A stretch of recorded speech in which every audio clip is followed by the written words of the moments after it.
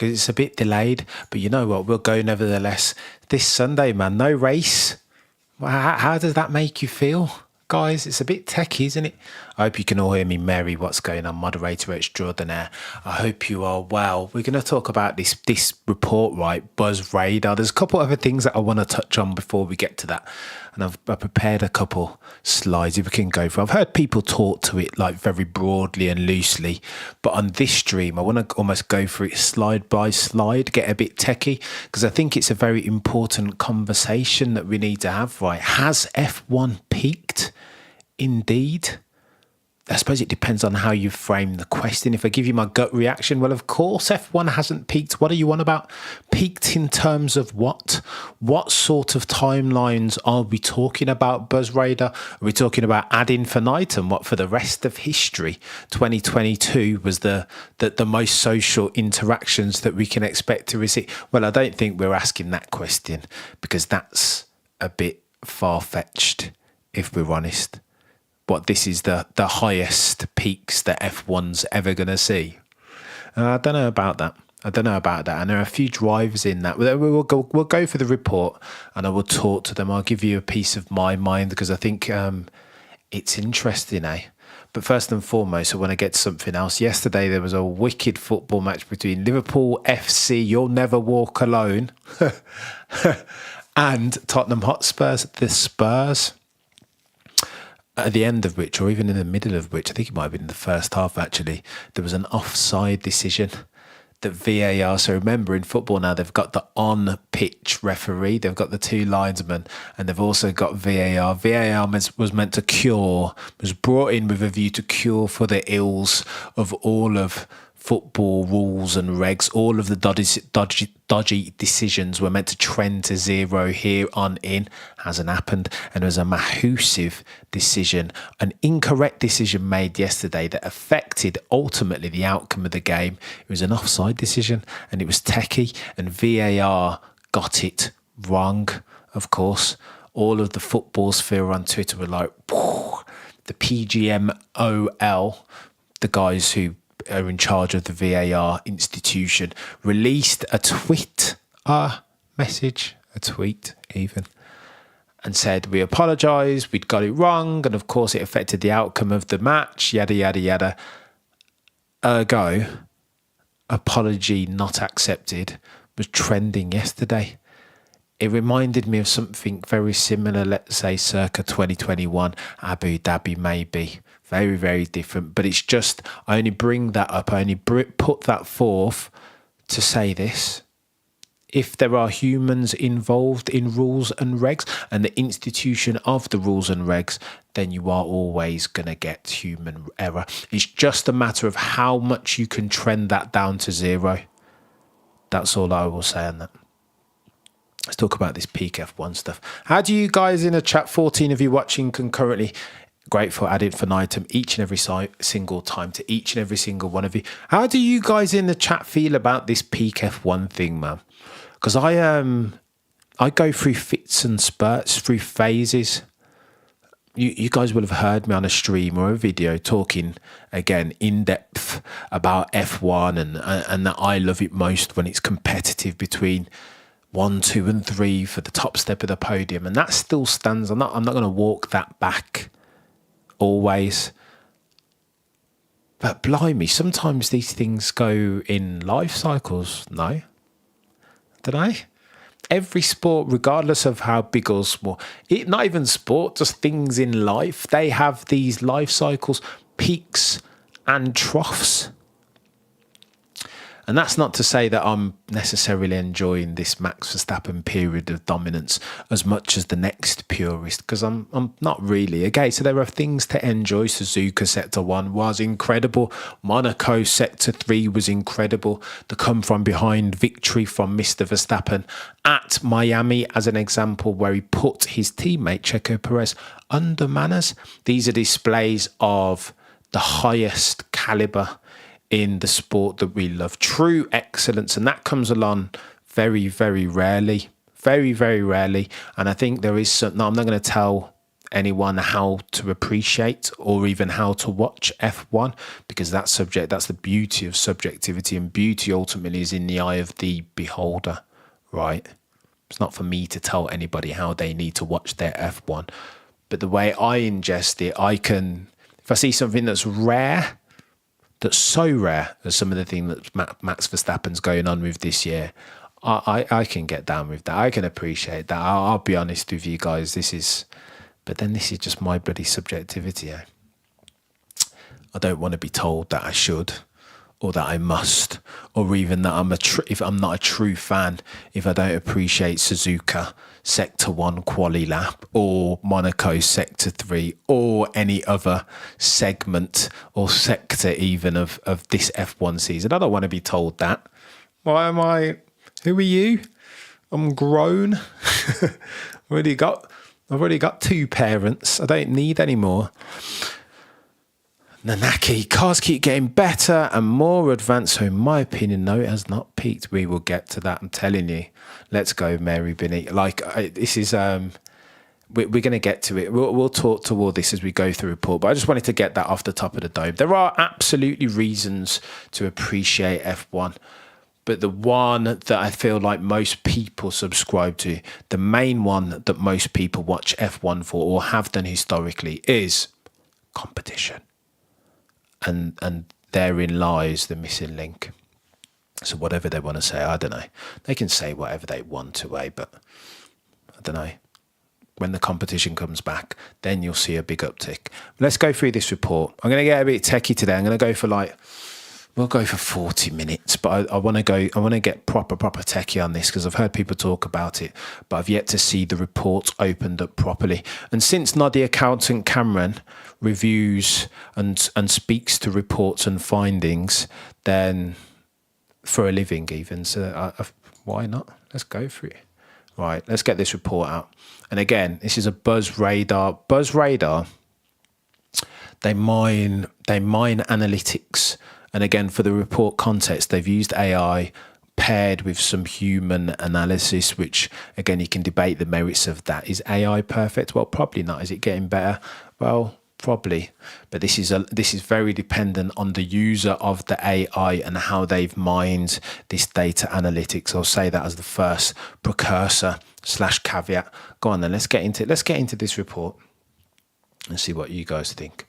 Have we reached peak F1? What a bloody question to ask first and foremost. It's techie. And for the record, this is a white paper, so they've gone proper deep on this. This is a white paper, the first of 3 to come out. We'll get to that on the next couple of slides. Have we reached peak F1 though? It's a very broad question though. I think if you want precise answers, then the questions that you ask at the outset almost need to be more precise. What do you mean have we reached peak F1? What are we talking about? Are we talking about only social engagements? Is that how we define peak F1? Are we talking TV viewership? Are we talking competitiveness? What are we talking about? Are we talking about the amount of money that F1 as a commercial enterprise is earning? Define this. And since they've kind of defined it a little bit, but not as precisely as I'd like. It's a techie question, this. Go on then. Buzz Radar, introduction, intelligence company, yada, yada, yada. The first question they thought they'd ask, using, of course, AI, human analysis, data mining, etc., have we hit peak popularity? That's the last paragraph there. It's chaos. Or is F1 still gathering speed among new fans? So they're defining this as new fan acquisition. Techie any? Go on then, let's get in. I've highlighted some of these. The 3 reports to come over the next couple of months. The first one, part 1, is what we're going to look through today. The third one is what I'm most interested in. How is F1's audience changing? Oh, bloody Nora. I mean, again, what are we talking about? Are we talking about demographics? Are we talking size of? Are we talking... are we looking globally? What's your sample size? This is proper for the geeks and data nerds out there. This is proper techie stuff. Keen to see that part 3 when it comes out in the next couple of months. I will be honest. All right, let's go to this next slide. And why is the next slide not working? Here we go. How they've analysed F1 audiences and trends, numbers, methodology, and processes. So I am going to get techie on this one, but I feel like listen, anybody that puts together such a robust data analytics report, I can't help myself, peddlers. Accounting cap very firmly on, and we'll go through it. There are a few slides, 23 of them. We'll go through the most important ones. I mean, we can talk. We'll talk. You guys keep pinging me these comments, and we'll get to them at the end. How we've analysed. So a couple things in this. 77.6 million online conversations across 247,000 accounts. I've highlighted those two numbers. Two things struck out to me massively. 247,000 accounts isn't a lot of accounts. With these numbers, with these type of things, these endeavours, the greater your sample size, the more useful the outcomes, right? 247 counts. 1,000 of isn't that much, right? 77.6 million online conversations. Just think, if you guys are on Twitter, think how many conversations we have as a community. I don't think the sample size is great enough to draw any meaningful conclusions from this. Off the bat, I will be honest. Those numbers struck out to me. Or stood out to me even straight away. Where have they mined these numbers from? So you see on the left, F1 forums, F1 keywords and hashtags is what they're using. Even that, I don't know. Is there a better way to go about that? What forums? Have they just looked on Reddit, Twitter? I'd wish they'd been a bit more specific. And again, I don't mind the way that they've mined the data, the AI and human analysis. I don't hate that. I don't hate that at all. Let's go to the next slide. Go on then. Right, here we go. Highlighted a couple of bits. Data behind F1's rapid rise. Right, here's where it gets techie, peddlers. Here's where it's going to get very techie, eh? They're going to give some context. And this is the story of the almost cataclysmic rise of F1 over the past few years. And listen, bear with me, it's going to get techie, but there's going to be some meaningful outcomes out the back of this, because I don't think the report's perfect, and I think it's worthy of some criticism. So I'm inviting you into my accounting mind, my daily bread as far as my trade. This is kind of what I do. So I figured, for this stream, we will talk afterwards, but lend me your ears and eyes for the next 15 minutes as we go through it. We'll do a deep dive on their deep dive, because I think it's quite important. Rapid rise, right? Bernie Ecclestone, 2016. So let's not forget, Bernie Ecclestone was the head of the commercial arm of F1 until 2016. And there were goods and bads to Bernie, right? I'm not just going to get off court. We've all heard him like he's rogue. Every time we put a mic in front of Bernie's face, he's going to say something that's fairy dust fugazi off. He was a maverick, a loose cannon even. But that meant two things. The upside as far as F1 going forward, because they had a massive opportunity in that Bernie Ecclestone didn't feel the need to target the younger generation, right? Gen Z. They have no money. I want to target rich, old, white men, said Bernie, nice and PC. And I understand that. But again, as the world was changing with social media, that wasn't the apex predator modus operandi, if you ask me. Liberty Media have come in and done some good things, particularly around the focused, targeted social media digital strategy. Don't hate that. And again, that will be one of the reasons why they've had this cataclysmic rise. However, let me say this about Bernie, and put some respect on Bernie Ecclestone's name for a second. I watch loads of sports. After F1, what I spend most of my time watching is UFC. And UFC is a brilliant example, right? Because UFC is like a top shelf secret. People still don't talk about UFC that much, right? Let me sort this out. It's not the sport that you tell your mum you watch. It's still a bit like under the counter is UFC. But what UFC has done so brilliantly, particularly post-COVID, is that they have a very charismatic leader in Dana White who knows how to promote the sport each and every single time. Dana White is a news story in and of it, very similar to Bernie. This is why I draw out this comparison at this juncture. Bernie is, for whatever he wants, the ostensible downside and reputational hazard in everything that Bernie says, right? I will take a bullet for Putin. The numerous jibes that he's taken at Lewis Hamilton, of course, which have racial undertones. For the downsides, for all of the downsides, Bernie Ecclestone was box office, right?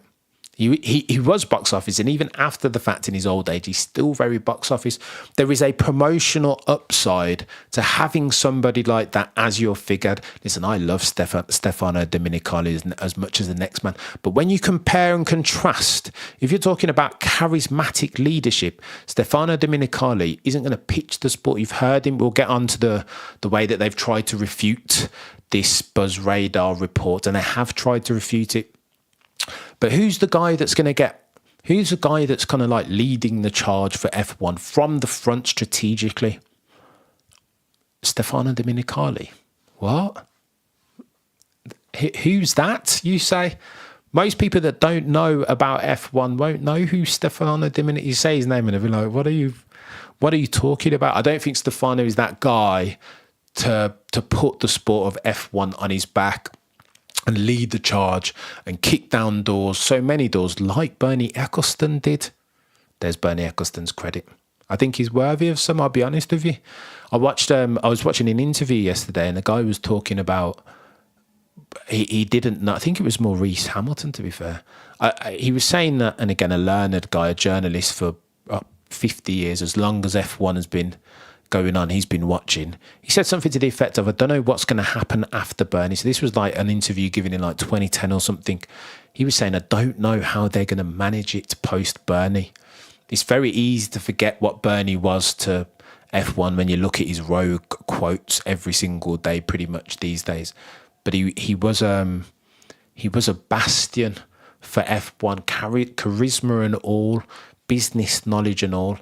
And I don't think we have that now. So if we're talking about in the broader context of has F1 peaked? And if we as a fan base want F1 to kick on, then there's one of your solves that they need to solve for. Liberty Media buys the sport in 2017, the commercial arm.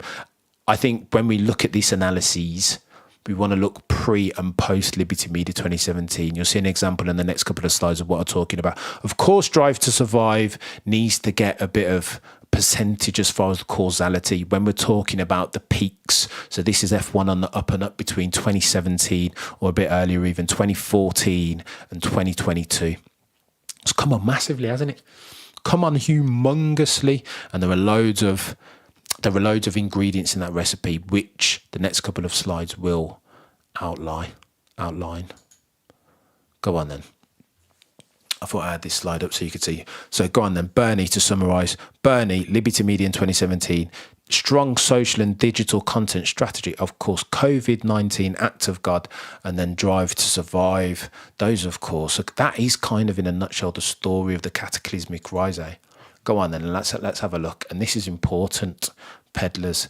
This slide is really, really important. Growth illustrated by individual events. And here's why I like this slide, because there are tidbits in there, there are gems that I kind of want to. I think Buzz should have given more. This slide needs to be given more time to and more focus. Here's what I mean by that. Look.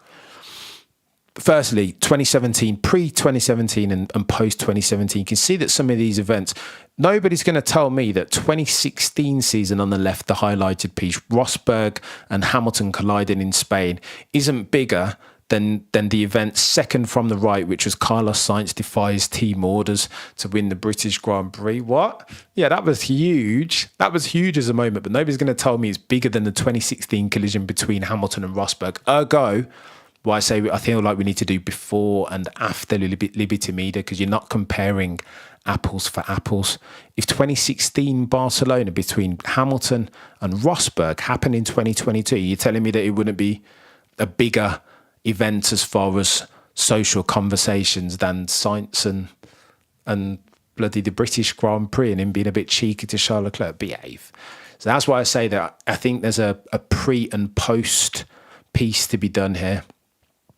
Interesting to note as well. They talk about it in the text, which I'm not gonna labour nor read out. You can kind of get hold of this. I'll put a link in the chat. The middle one that I've highlighted, Ferrari win their first home race since 2010. There's a piece in the text that talks about outsized events. And of course, Ferrari, here we go, it's the final bit of text, isn't it? While lapsed fans from traditional fan bases like the Tifosi rejoin the conversation with Ferrari wins having an outsized effect. What does that mean?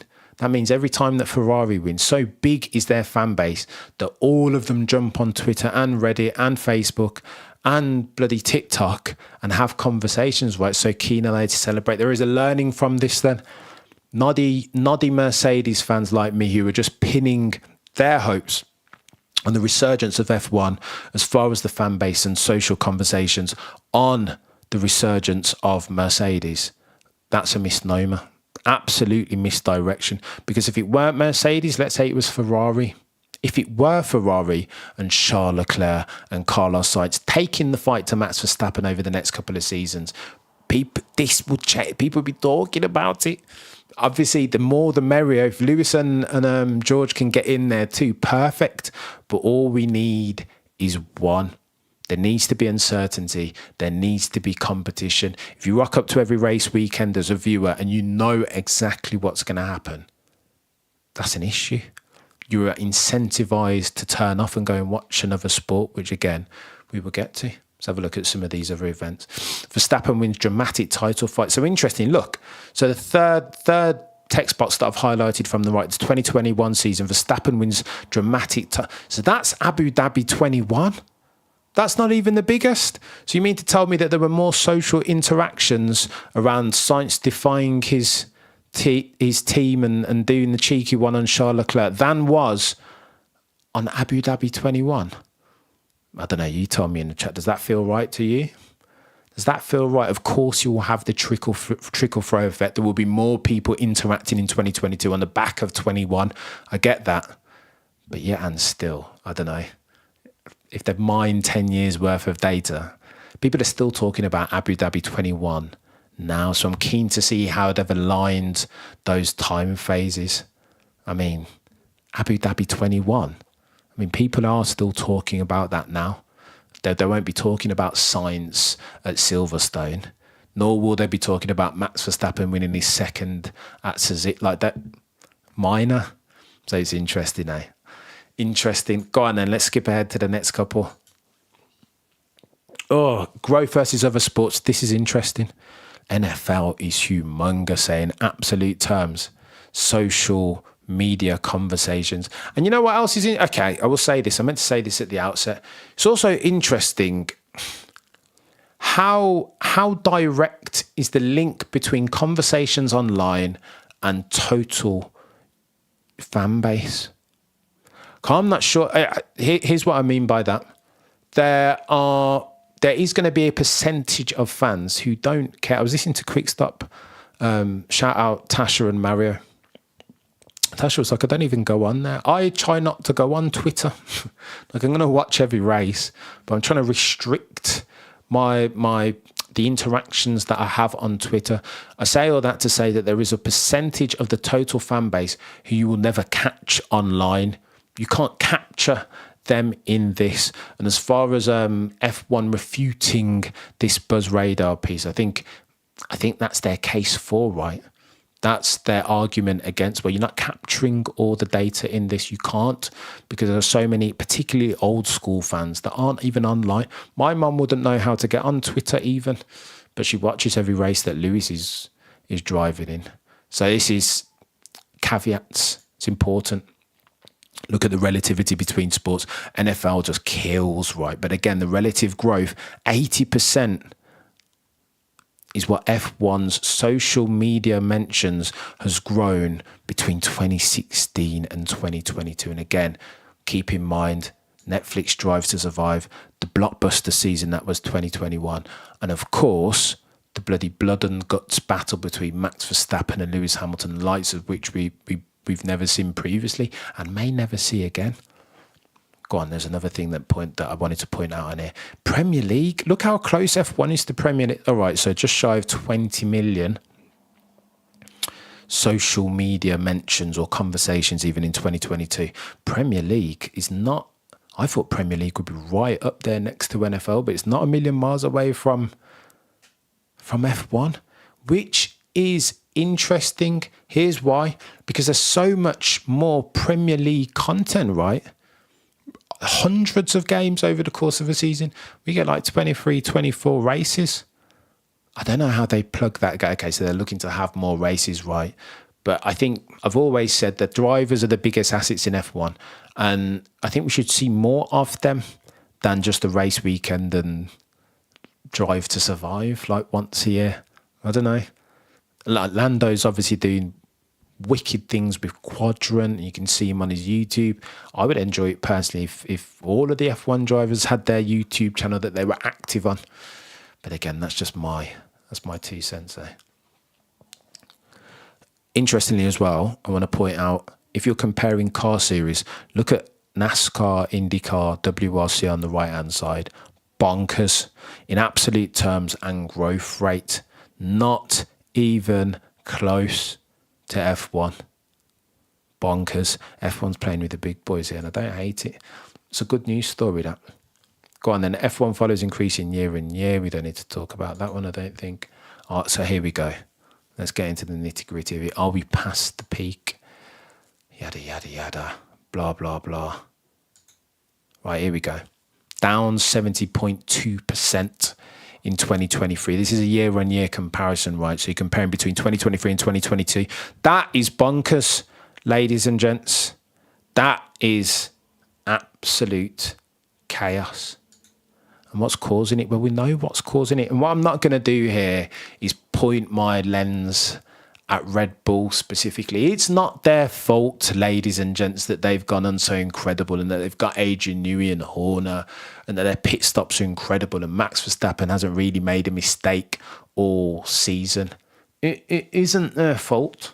Like, it's the rest of the grid's fault. The other 9 teams, the other bloody 19 drivers, not least of whom Checo Perez in the same car. That's who we want to point our lens at when we're talking about this. But of course, competition is going to be a key drive. Listen, here's where I am with this. If you oh, it's getting dark again, isn't it? Look, I need to keep adjusting. If you look, here's where I am. 2021 was chaos, right?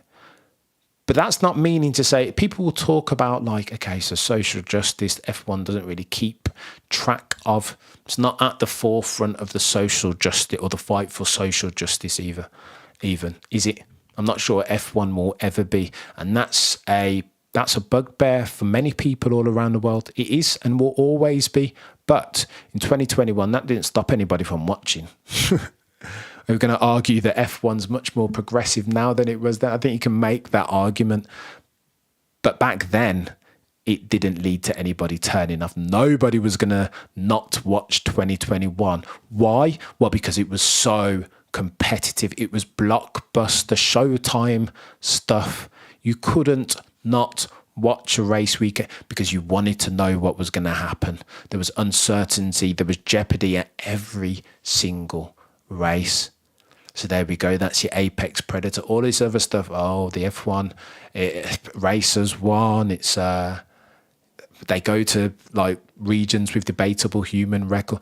These things have popped up, right? They're no longer fade into black because everybody's just bored with the lack of competition. So we're reaching for other things to talk about, right? We're trying to create the narrative, ironically, most pertinently, through social media conversations. If it gets competitive / when it gets competitive again, with Charles Leclerc on the horizon, Lando Norris, Lewis Hamilton, of course, still knocking about. When it gets competitive again, all that stuff will just fade to black. Less followers, down 46.29%, 2023 versus 2022. These are big numbers. 22.16 billion social reach, down 64.1% on 2022. Here's what I will say about these numbers. For me, if I'm presenting to my CFO, they'll want to see a longer term horizon. They want to see projections for the longer term going forward. When you look at this is the same argument that we've having about stewards, 3 stewards. When you look at a small sample size, you can't really get the bigger picture, right? You want to kind of see what's going on over like a 10-year cycle. And of course, you bake into that the causes that we've just talked about: Drive to Survive, Liberty Media 2017, 2021 being a blockbuster season. But you kind of look at it on a longer time horizon like they did the previous couple slides. I would have liked to have seen these numbers from 2016 and then forecast out to 2030, because I think, here's my predictions, take this one to the bank. Fast forward to 2030 or fast forward to 2026 even, new rules and regulations, more competition, Lewis Hamilton back in play, Charles Leclerc back in play, Ferrari back in play, Mercedes back in play. All of this you're not going to see, the rate of growth will recover to what we'd seen in 2021, 2022. It absolutely will. So I'm not really having, when they're saying, has it peaked? What, has it peaked forever? What? I don't know about all that. That feels a bit apocalyptic to me. But again, you gotta write these reports with that in mind, right? Clickbait stuff. How the tone of F1 fans is changing in 2023. So this is interesting. So they've mined the data, and what they're talking about here is the words that they're seeing in the conversations that people are having online about F1. So again, there's been 1,000% rise. So I think I want to say that this is year on year. Yeah, 2022 through to 2023. So not good, 1,000% rise. Disappointing, boring, also rising massively. Disgrace. And again, nobody's not going to tell me that that isn't reference to the stewards / Abu Dhabi. Annoying, also up. Interesting on the downside. Exciting, fun, great, love. And I think that's sad, man. For the sport that we know and love, like that people are using negative adjectives to describe it more than they were previously is sad, if not understandable. I get it, of course I do, but it saddens me. But again, let's not do the doom mongering, Debbie Downer thing. Every single sport goes in life cycles, right? You will have almost, I don't want to get my Sky Sports cap on, but you could say that this is part that you don't get the sweet without the sour, right?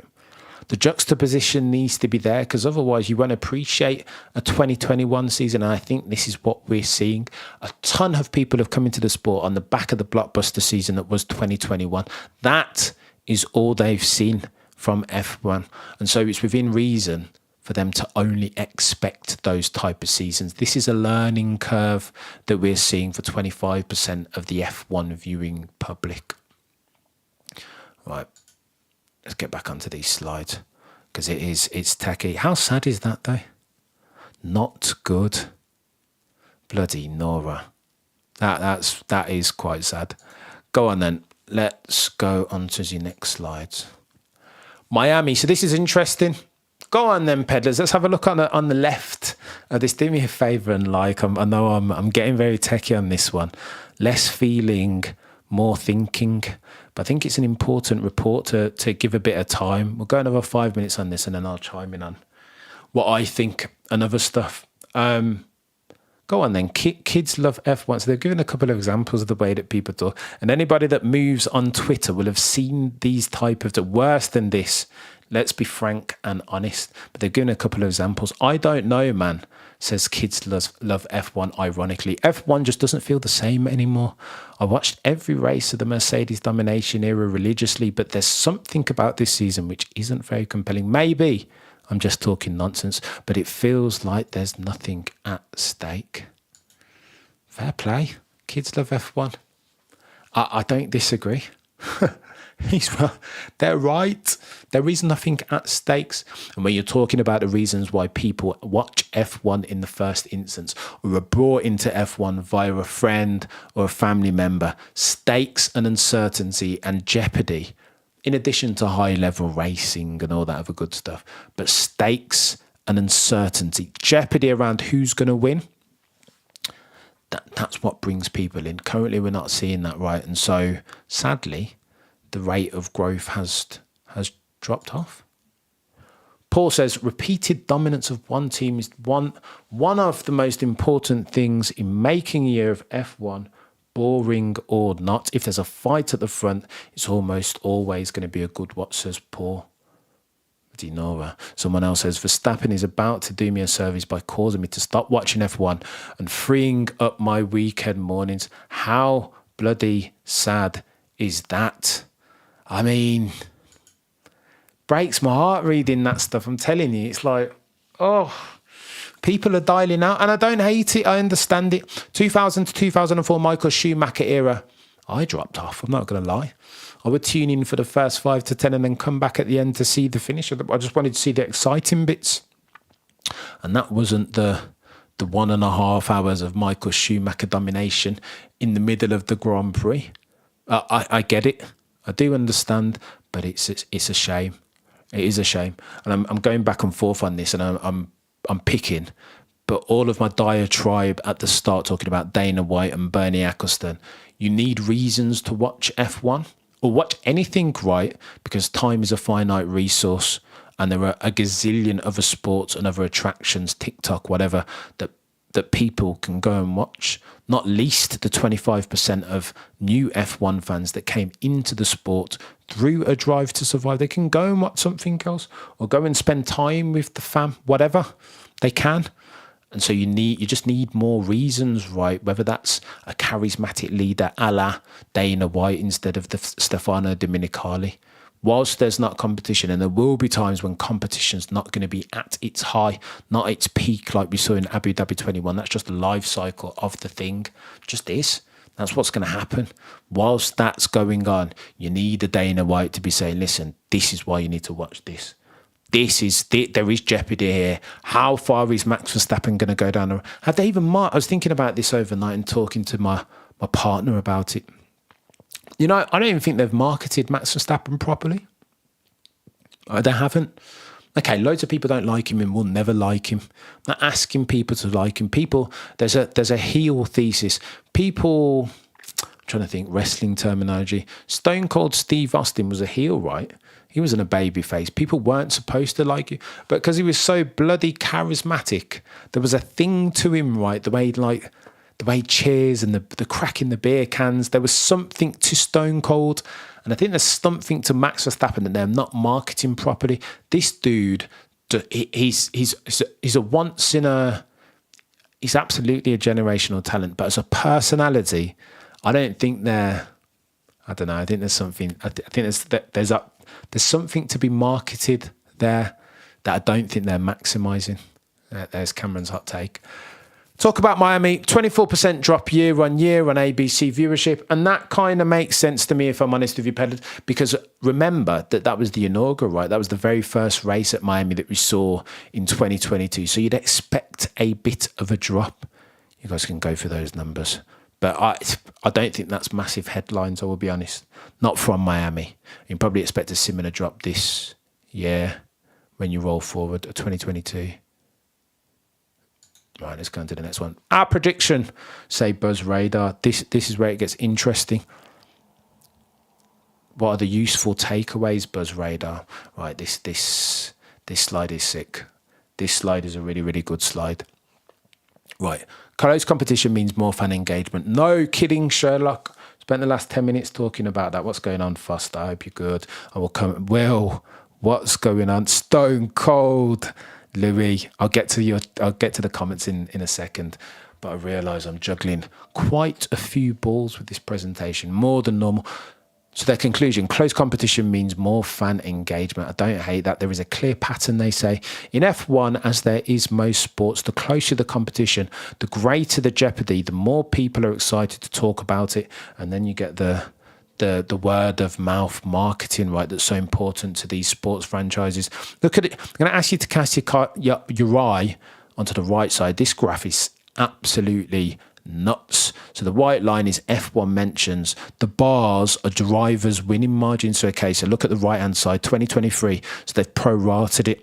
So what they've done is divide by how many Grand Prix we've had thus far in 2023 and times by the total 23.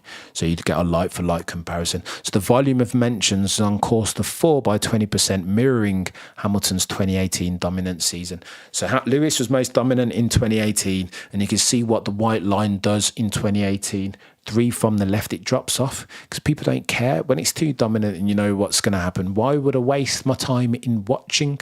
Watch because of the uncertainty, because of the jeopardy, to find something out. Who's going to win? And when the season is so dominant like it was in 2018 and like it is in 2023, incentivized to dial out. Interesting here, look at what happened in 2019. Equally dominant season, but more social media mentions. And I think that's because of what we talked about before, right? That's because of what we talked about before, that in 2019, remember I said to the pre-2017 Liberty Media and post-2017 Liberty Media, Bernie Ecclestone area. It's an interesting one, that. It is interesting. The data shows that F1 continues to be dominated by one driver and team. It will lose much of the newfound audience. Oh, so techie. So techie. This one's quite good. So this is talking about how these are looking at the drivers of the F1 explosion, right? Interestingly, the text doesn't correspond to the bullets, which again makes me distrust. In the text, it talks about YouTube, but it hasn't got YouTube as a key, has it?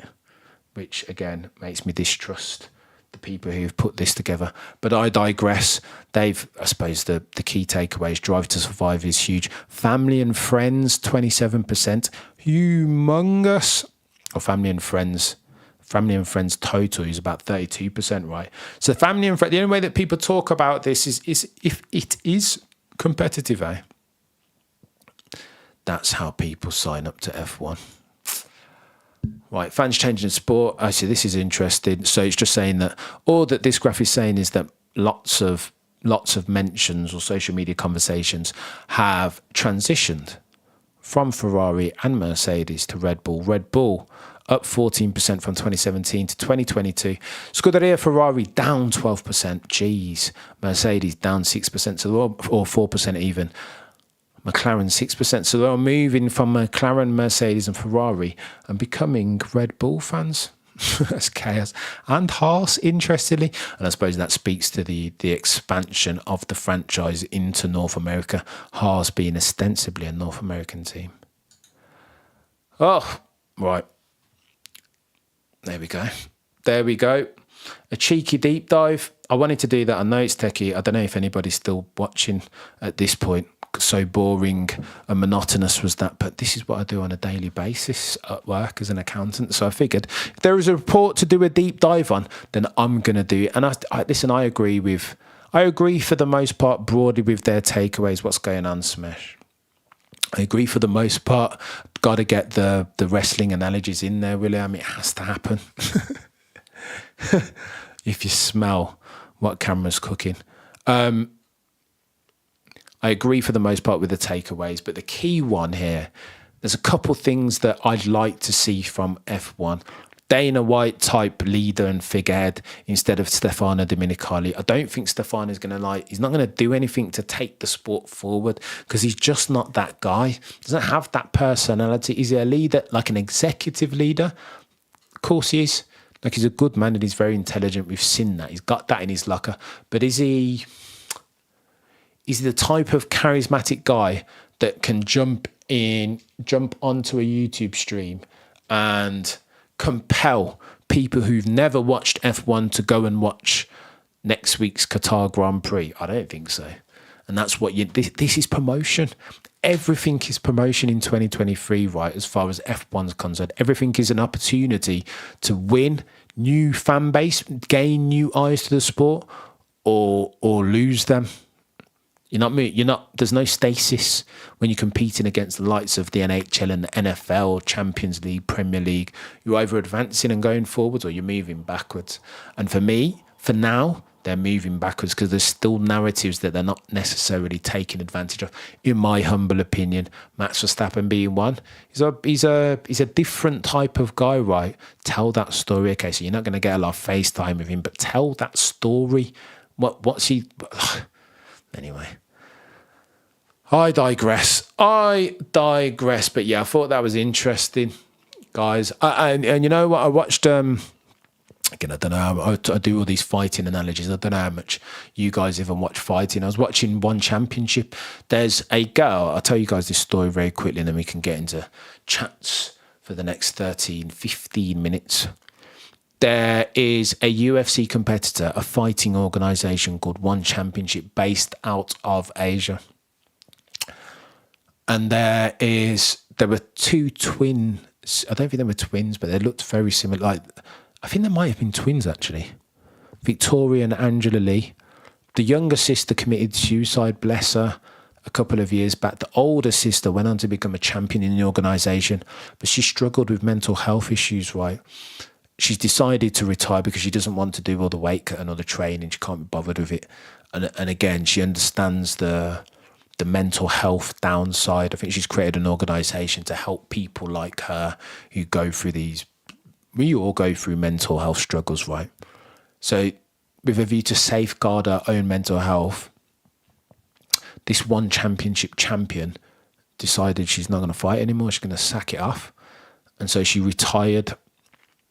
When you see how they dealt with her retiring, like I was watching it just now, I was like, I'm going to have to stop this because I can't go on the stream crying.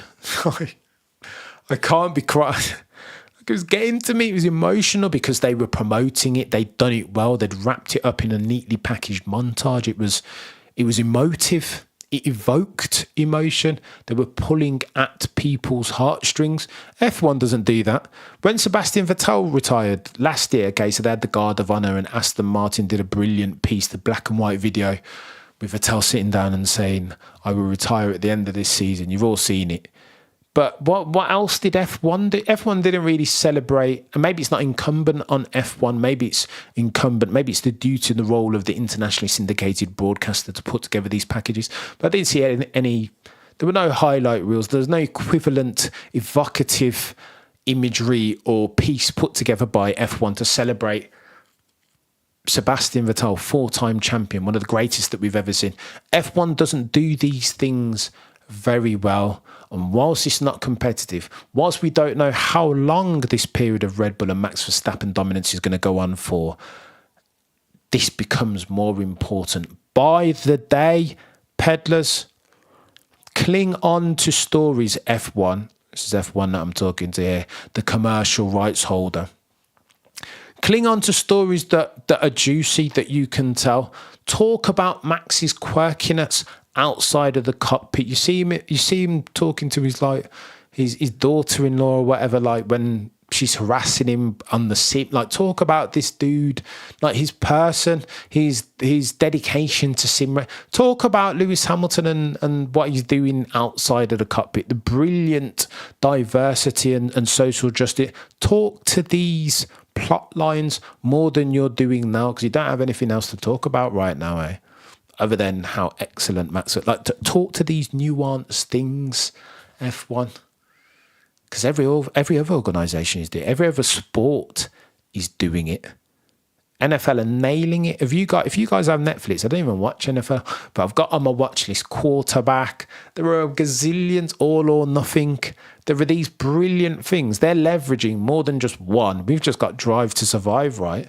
Drive to Survive and The Race and YouTube. Like, it's not good enough. They need to be a bit more business savvy in 2023 than they are or have been most recently, in my humble opinion. Right. Let's look at some of your chat. And again, let me say this for the avoidance of doubt. Appreciate each and every single one of you ad infinitum listening to my ramblings. I wanted to do that deep dive on that report because I'd heard people speak about it. And it's interesting, right? It's interesting. People, it's an oft trotted out, low-hanging journalistic trope to say that F1 is boring in 2023.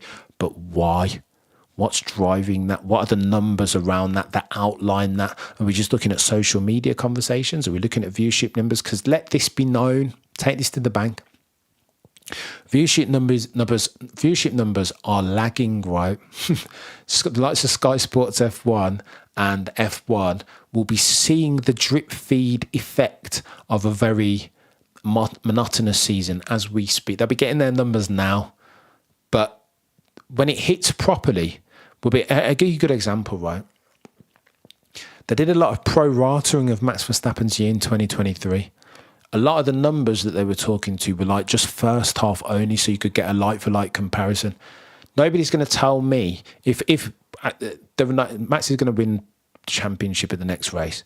So people are going to be more incentivized not to watch in the latter stages of the championship, yes or no? So what's going to happen is that this is going to get worse before it gets better, much worse, especially this season, because more and more people are not going to watch. Unless, of course, commercial rights holder, you give them a reason to, which is what I'm advocating for. Mary, the FIA could bring back V10s if Severtel. Yeah, it's a good shout, Mary. I know you've long been an advocate for bringing back V10s, but you know what, Mary, I would counter you and say, that I don't think that solves for the issues that we've been talking to all stream. Cars will sound a lot better, right? Especially live and in person. But again, if Adrian Newey runs off and nails it and gaps the rest of the pack even more than they're gapping them now, then sexy sounding engines, Mary, aren't going to solve for those problems. People aren't going to dial in because the engines sound nice. Just sack it off. It would please me and you, Mary, as diehards and purists, but yeah, the percentage of the population that they're looking to capture and recapture, that's not gonna tick their box, a sexy sounding engine. Frank says, Mary, I watched 2 episodes of season 1 and season 1 too. That's enough. Yeah, so listen, Drive to Survive isn't for everyone. And this again is the subjectivity of the sport that I talk about ad infinitum. Like, Drive to Survive isn't for everyone. I've been watching more than 30 years over here. Old OAP camera. My free bus pass will be coming in the post ASAP forthwith. I'm too old for Drive to... I watched it and I enjoyed it, but I'm not the target audience. Drive to Survive and all of its lies and storytelling as a requisite demands that people suspend their disbelief. You heard the Lando... No, was it Lando and Carlos? Lando was communicating with one of his teammates and they basically clipped it from another race and put it in there just because it's suited. Drive to Survive, his mantra is never let the truth get in the way of a good story. And I don't hate it just because of the target audience. New fans of F1 aren't going to know. They won't have the knowledge that we have around F1 and what it means. And that's why Will Buxton comes on with his very his weirdly quirky, monotonous mode of delivery. Because he's educating for the most part. When he says if you win qualifying, then you start infer. Like he's kind of educating. It's quirky. I don't hate it because it's not for me and you. It's for newer fans. That's the truth of it. Frank says, personally, don't like Drive to Survive. Yeah, Seb Vettel, I don't hate you for that, Frank. Seb Vettel done it to my hero's car, Nigel Mansell, and yeah, so you're still talking about the V10s, Mary. I don't hate it, man. I'd bring it back happily. Nanaki says, DRS is entertainment. DRS, Drive to Survive, I think you mean. And I don't disagree. It's bubblegum. It's not for everyone. I don't think it's been designed for everyone. It's designed to capture the new audience whose attention span, especially if you're looking to adopt a new sport and commit to 6 hours over the course of a race weekend, it's going to be short, right? When you come into something new, any excuse to turn it off. This is what the YouTube generation do. This is why retention rates are so low on most of content creators' channels on YouTube. Any excuse to click off. Any excuse. Will says, Charlemagne the God. People won't believe the truth when the lies more into there you go. This is the truth. Will I am, we're singing from the same hymn sheet. And Charlemagne's a Charlemagne's a bit of a clown, but he does drop some bars from time to time. Smesh says, funny how boring cardboard Max hates Drive to Survive, but Horner seems to love participate. Okay, so we're going on. Smesh, yeah, you've brought me to a point that I wanted to nail during this stream at some point. 45 of you watching currently, do me a favour and smash the like, por favor, and don't forget to subscribe. Christian Horner, you know, I just disparaged Stefano Domenicali. Put some respect on Stefano's name, Cameron. He's not a bad guy. He's not a bad guy, but what I'm saying to elucidate, to illuminate the point, is that I'm not sure he's fit for purpose. In the same way that I think, I'm not saying bring back Bernie before Mary shoots me. But Bernie wasn't without redeeming. As far if you're thinking promotion of a sport, Bernie wasn't without redeeming. He would get in front of a camera and say something that just go viral, right?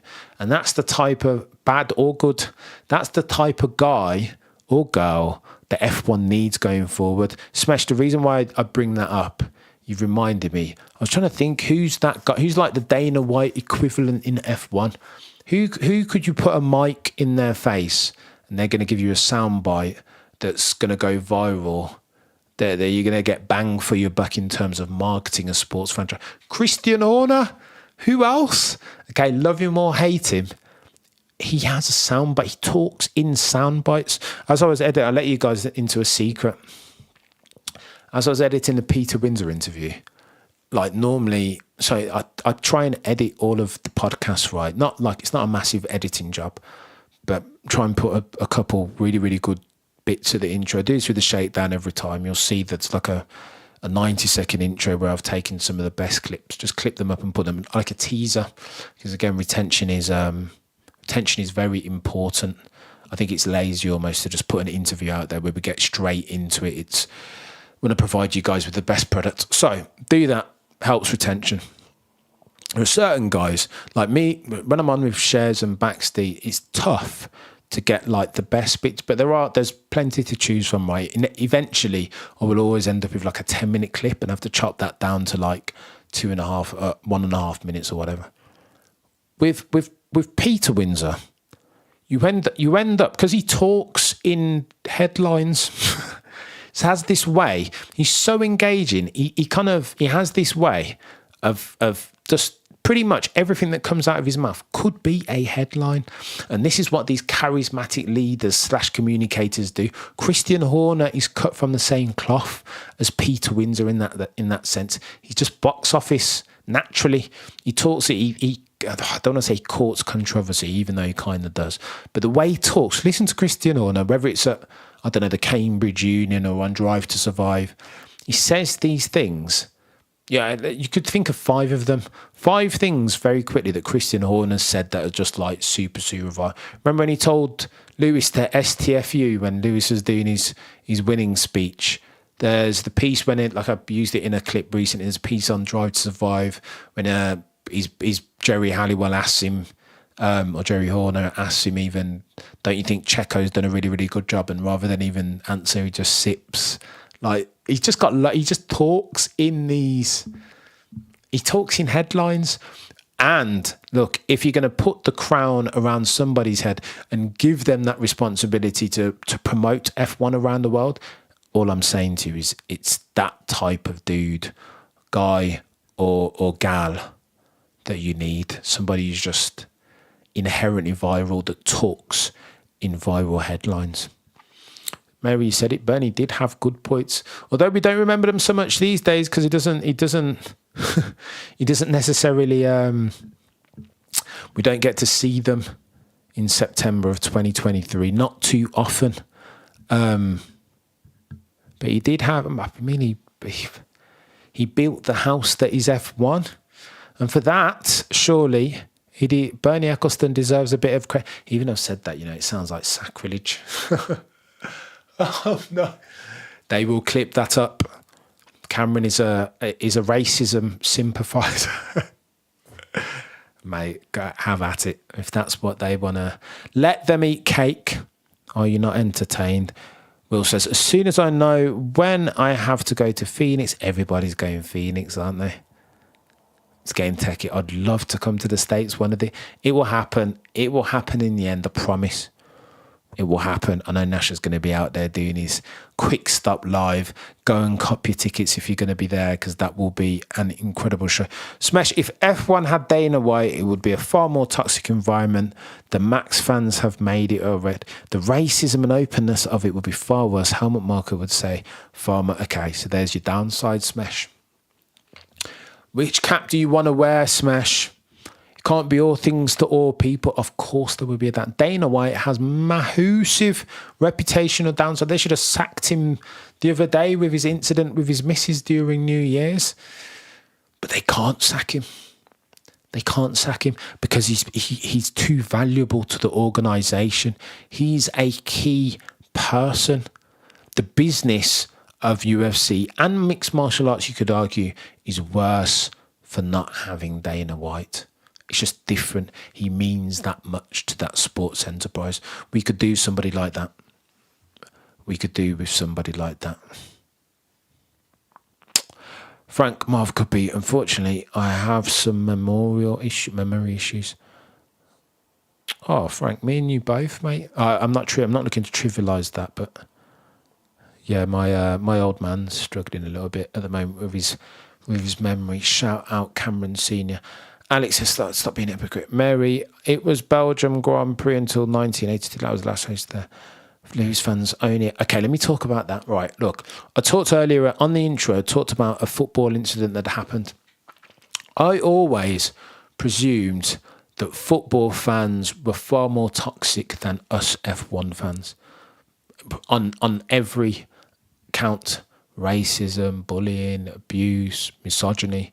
That was my assumption. I just watched a football youth soccer for those of you in North America. I just watched a football fan jump on YouTube and talk about this incident. So for those of you who are just joining late, there was an incident in a football game yesterday when they got it wrong. VAR, this video assisted referee, they made a mistake, human error. They said, put an apology out after the fact and said, listen, mea culpa. Got it wrong.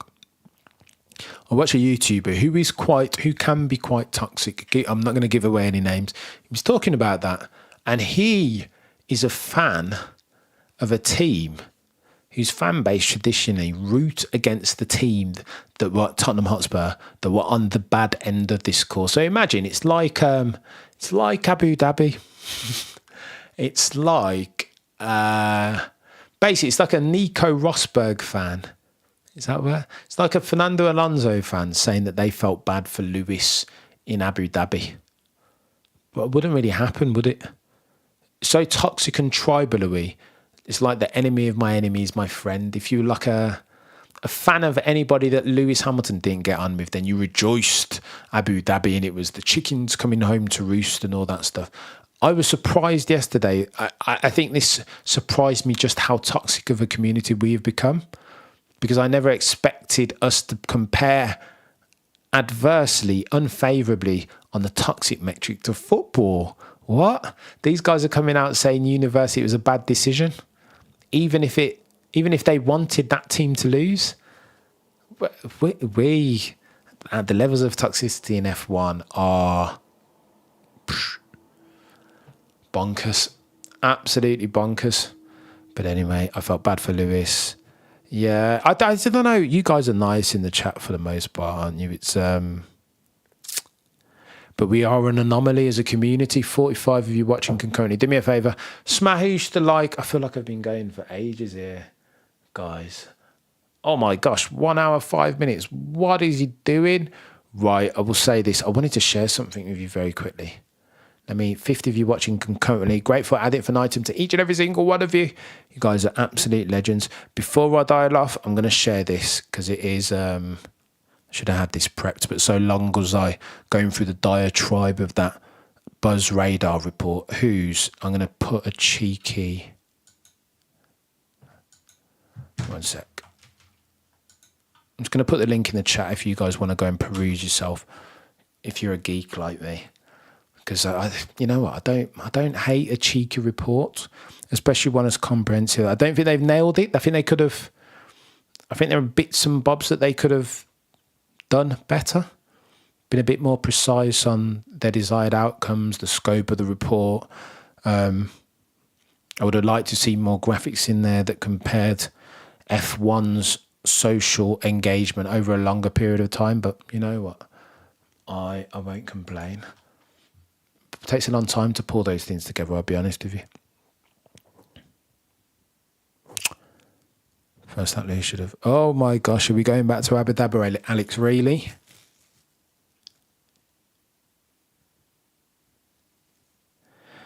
Oh gosh, Alex. I'm not going to talk about Abu Dhabi. I've said it a gazillion times, and I'll say it again. What I do not want this to become is the Abu Dhabi podcast. That would be lazy of me and disingenuous. We could talk about Abu. I could come on here every single stream, and we could talk about Abu Dhabi for 60 minutes, and we still would never cover it all, right?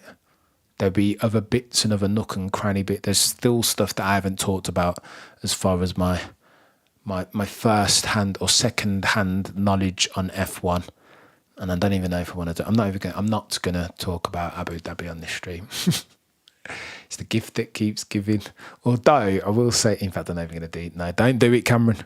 Don't do it. You keep on saying you're done about talking about Abu Dhabi every time. Slopat, are you looking at the chat, Slopat? Slopat, I feel like you're just you're raging against the machine, Slopat, for no reason. You've just echoed the sentiments that I've just regurgitated, mate. Being honest. Right, I need to show you this, and then I'm going to skedaddle. So I'm going to skip to right. This is a post on... Hold on, let me do this. Talk amongst yourselves. If we're quiet. This is a post on social media about the dominance of Max Verstappen as versus the dominance of Max Verstappen. And I thought it was quite interesting. And so I will share it. Let's go. Because people are arguing back and forth, right? Slopat, you'll be able to identify with this. People keep on arguing about doing this whataboutism thing. Well, you don't like 2023. Where were you in 2014? Where were you between 2017 and 2020? Why weren't you saying that when Lewis Hamilton was so dominant? Well, I think some people were. It's just that, I don't know, a lot of people weren't watching then who are watching now, right? So again, apples and oranges, just a little bit, if I'm being honest. It's the space is so toxic, isn't it? So bloody toxic. Right, here we go. I've got this ready to go now. Okay. If you it's weird. I keep watching other people's streams and I see them not talking for ages, and it weirds me out.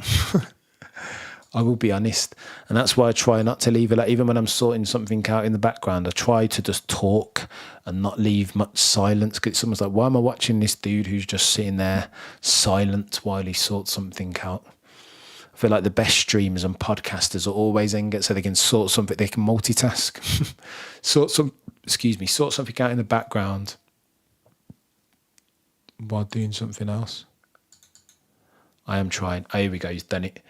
He's done it. Let's go. Okay. So this, I forget the chap's name. I should give him some credit because I don't like doing it like that. But I digress. Right, have a look at this then, peddlers, and then I'm going to leave you. How am I doing this? Right, here we go. So you can see this. So what the point of this is to compare Max Verstappen's dominance, because Lewis Hamilton fans around the world are saying Max Verstappen is so dominant, I've never ever seen this level of dominance. So the question that this is trying to solve for is, who was the more dominant? Max Verstappen in 2023 or Lewis Hamilton back in, I want to say 2017. Let's look at Max's first. So I've done it on super times, right? When you're looking at gaps respectively, what you need to do is look at the percentage of, because every lap has a different duration to get around, right? Monaco's quick, so 1 minute 19 or whatever, whereas, I don't know, I'm trying to think of one of the longest tracks. Spa is much longer, I think 1 minute 40 maybe to get around Spa. Can't remember. Anyway, there we go, we got it in front of him. Spa, there we go, 1 minute 40. And they say Cameron doesn't have any wheel knowledge. How dare they? Go on then. So look at Max's total gap as a percentage. So his average gap, 0.455 of a percentage, and that's thus far this season. So again, we're not comparing like for like, right? Because we're going to look at Lewis's entire season in the past, but nevertheless, we'll make the comparison. So 0.56 is, so 0.4 is the average, 0.56 the total. Let's have a look at Lewis's.